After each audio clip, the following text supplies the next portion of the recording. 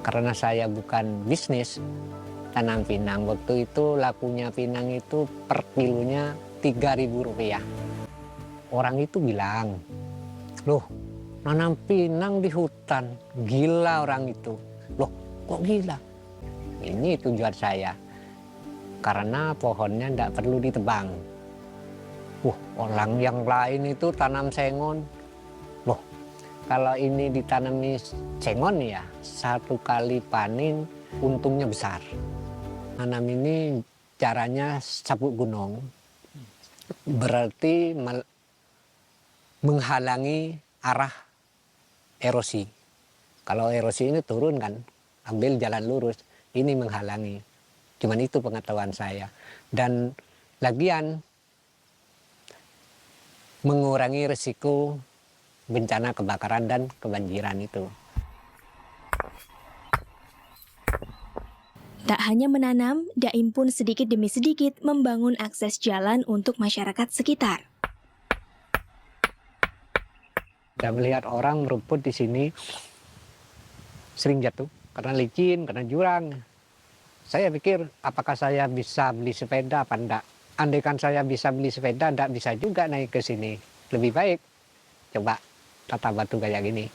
Jadi awalnya buat orang dulu, Iya. Saya coba pasangnya awalnya ya ini. Dari sini ke sana sudah berapa meter. Akhirnya mencoba tahun ke depannya mencoba lagi sampai sekarang. Ini yang pengangkut batu tadi di bawah ini yang menyuruh saya pakai ongkos sudah. Oh, itu Bapak suruh pakai ongkos? Iya. Biar keseluruhan ini diperbaiki. Dulu awal nggak ada yang bantu emang, Mbak? Ya itu orang ngomong gila. Buat jalan gila.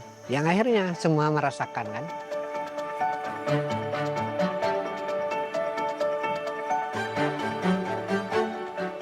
Jika ditotal, Daim sudah membangun jalan sepanjang kurang lebih 1 kilometer. Jalan yang ia bangun selama lebih dari 5 tahun tanpa bantuan tenaga dan biaya dari siapapun. Dampaknya, jalan ini memudahkan Daim saat memanen buah pinangnya. Pohon pinang ini berlumut. Ada kotoran dari atas melalui pohon pinang yang masih melengket menjadi anggrek. Yang jatuh ke tanah menjadi pakis. Ya, tersak. Dan itu gratis? Ya gratis, dari saya gratis. Itu pekerjaan setengah hari, ambil dari sini. Sekarang ini, ya dulu banyak orang bilang gila-gila segala macam. Sekarang enak orang itu. Untung ada orang nanam kayak gitu. Saya dapat rezeki tiap hari tanpa modal, dapat untung. Ya, kalau sampean ngomong kayak gitu, saya sangat juga terima kasih. Berarti sampean setuju, iya untung itu. Ya, terima kasih dalam ucapannya sampean. Jerih payah Daim 26 tahun silam. Hasil hutan yang bernilai ekonomi dan akses yang mudah.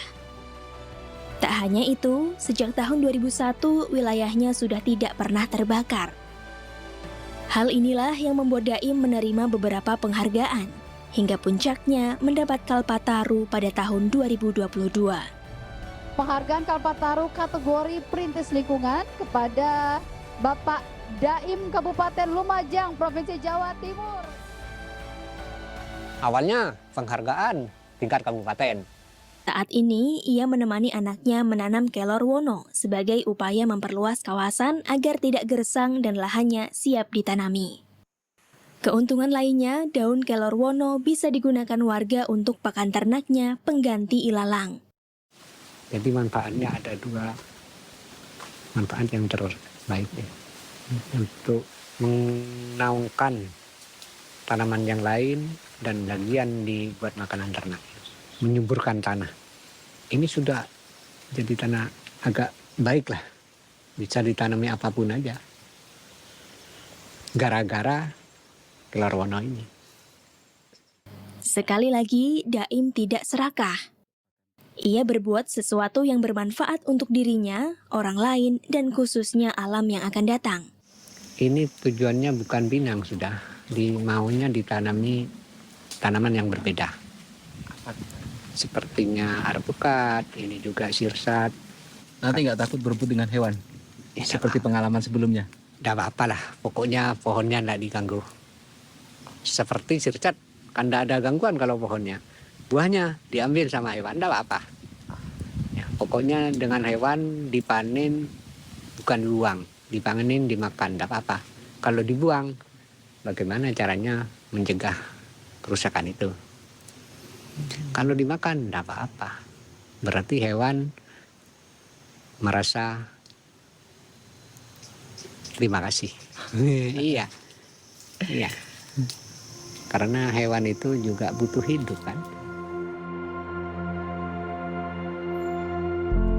Lebih baik daripada sekarang melanjutkan jalan, itu kegiatan harus dilanjut. Bagaimana merawat jalan dan tanaman. Itu bukan berhenti di sini juga. Tenaga saya masih ada kan gitu. Dan saya juga anak-anak meniru juga. Itu dilanjutkan lebih baik daripada yang sekarang ini. Karena apa? Semakin melanjutkan, semakin berkembang, ekonomi masyarakat mungkin semakin bertambah juga.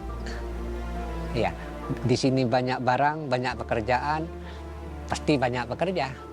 Berarti menambah ekonomi semakin membaik ke depannya. Itu maksud saya.